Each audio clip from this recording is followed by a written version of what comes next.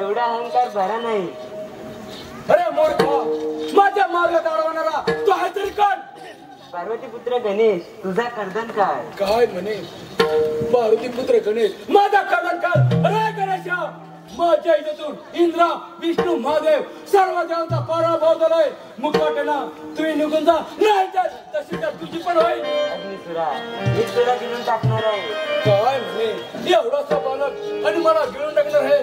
ठीक आहे गणेशा, दाखव तुझा पराक्रम.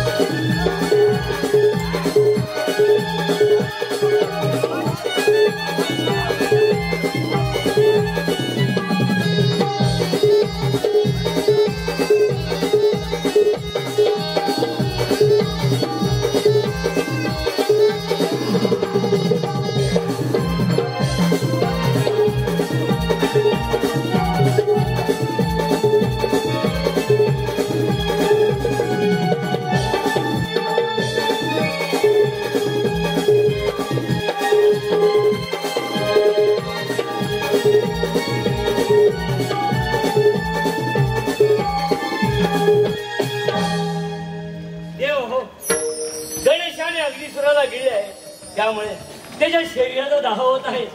देव यावर काय उपाय करावा? बाळ गणेशा शांत हो, शांत हो. महादेवा, मी माझ्याकडे भीम ऋषीचा वर्षाव गणेशाच्या माथ्यावर करतो. त्याने गणेशाचा दाह शांत होतो का पाहूया. बाळ गणेशा शांत हो. विष्णुदेवा, भीम ऋषीचा वर्षाव करून सुद्धा गणेशाचा दाह शांत होत नाही. आपण काहीतरी उपाय करावा. देवेंद्र, मी माझ्या जवळची शीतल कमल त्याच्या मस्तकी ठेवतो. त्यामुळे गणेश पद्मप्राण म्हणून ओळखला जाईल. ठीक आहे.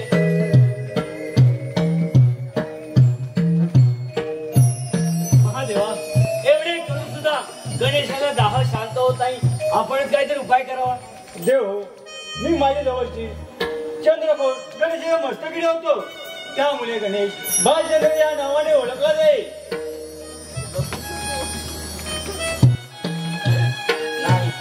एवढे करून सुद्धा गणेशाचा दाह शांत होत नाही. महादेवा, आता कोणता उपाय करावा? बाळ गणेशा शांत हो. निरंजन, अलग निरंजन. देव हो, काय गडबड चालू आहे?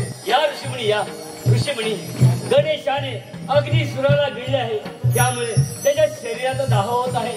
आपल्याला काय उपाय करावा? ठीक आहे, मी माझ्याकडे 21 दुर्वा गणेशाच्या माथ्यावर ठेवतो.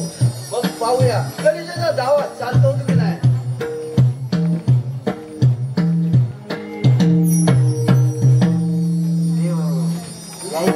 मुले, माझा दाह शांत झाला. यापुढे जो कोणी फक्त मला या दुरावाई त्याला सहस्त्रविधी केल्याचे पुण्य लाभेल. ऋषीमुनी, आपले खूप उपकार झाले. देव हो, अगदी सुराचा नाश झाला. देवांची राज्य देवांना परत मिळाली. दुर्वाचे महत्व साऱ्या जगाला कळले. तेव्हा बाळ गणेशा, आपण पृथ्वी तलावर लोकांना दर्शन द्यावे अशी विनंती आहे. रसिक हो, आपण पाहिलं